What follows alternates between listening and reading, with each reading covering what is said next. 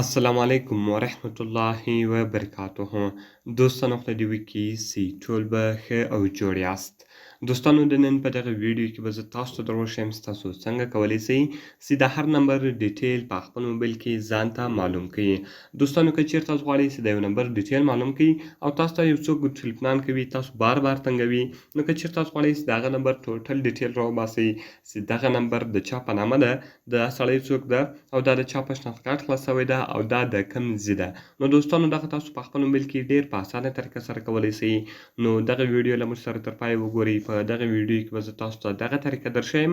دغه ویډیو له موږ سره تر پایه وګورئ او ویډیو خامخا سره لایک کړئ، له خپل ملګرو سره یې خامخا شیر کړئ او د دارکم ته نورو ښایسته ښایسته ویډیوګانو لپاره زموږ چینل خامخا سبسکرایب کړئ، ځکه په دغه چینل کې موږ ستاسو لپاره هره ورځ دغه رقم ښایسته ښایسته ویډیوګانې اپلوډوو. نو دوستانو زه د ویډیو په طرف ویډیو شروع کوو.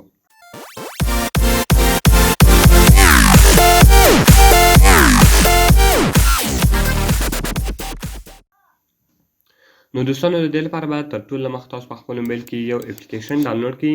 د دغه اپلیکیشن لینک ما تاسو ته د ویډیو په ډسکرپشن کې درکړی دی. تاسو ډېر په اسانۍ سره کولی شئ چې دغه اپلیکیشن له هغه ځای څخه ډاونلوډ کړئ.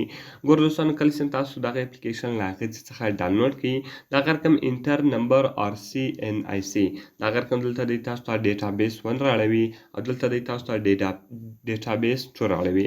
دغه رقم ګوره دوستانو دلته د تاسو ته خپل معلومات لیکلي دي. نو دوستانو دلته به تاسو راسئ انټر نمبر RCNIC.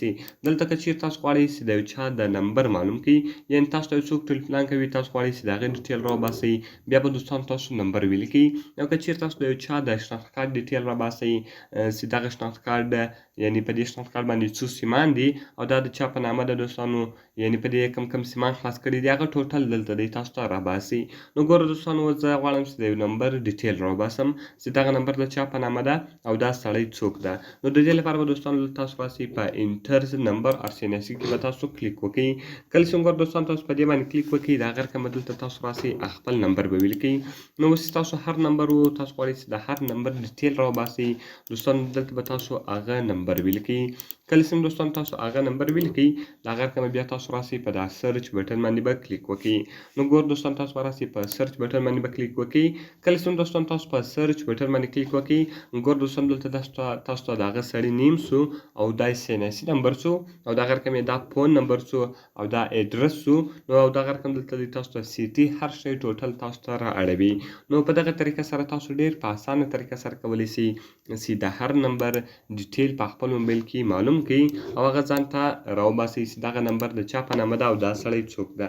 دغه رقم که چیرې دوستان تاسو په SNIC باندې کلیک وکړئ، یعنې تاسو د SNIC نمبر وروښیاست، نو چې زه غواړم چې د یو SNIC ډیټیل راوباسم، هغه هم تاسو کولی شئ. صرف تاسو په دغه اپلیکیشن باندې کلیک وکړئ او دلته به دوستانو تاسو راسئ صرف به CNIC وروښیاست. کله چې دوستانو تاسو CNIC وروښیاست، بیا به دوستانو هغه نمبر دلته تاسو ته راواړوي چې دغه شناخت کارت باندې کوم سیمان دي او دا سیمان چا را ایستلي دي، نو هغه ټوټل ډیټیل به دلته دی تاسو ته درکړي. نو په دغه اپلیکیشن کې تاسو ټوټل ډیټیل ډېر په اسانه طریقه سره خپل ځان ته معلومولی شئ. نو که مې ویډیو خوښ شوي، ویډیو خامخا سره لایک کړئ، له خپل ملګرو سره یې خامخا شیر کړئ او د دارکم ته نورو ښایسته ښایسته ویډیوګانو لپاره زموږ چینل خامخا سبسکرایب کړئ، ځکه په دغه چینل کې موږ ستاسو لپاره هره ورځ دغه رقم ښایسته ښایسته ویډیوګانې اپلوډوو. نو دوستانو که کومه پوښتنه لرئ، کومې ویډیو ته مو ضرورت وي، موږ ته لاندې په کمنټس کې ووایاست، تر څو موږ هغه ویډیو ستاسو لپاره جوړ کړو. نو په دعاګانو کې مې یاد ساتئ. ملاوي خپل نورو ښایسته ښایسته ویډیوګانو کې. د خدای په امان.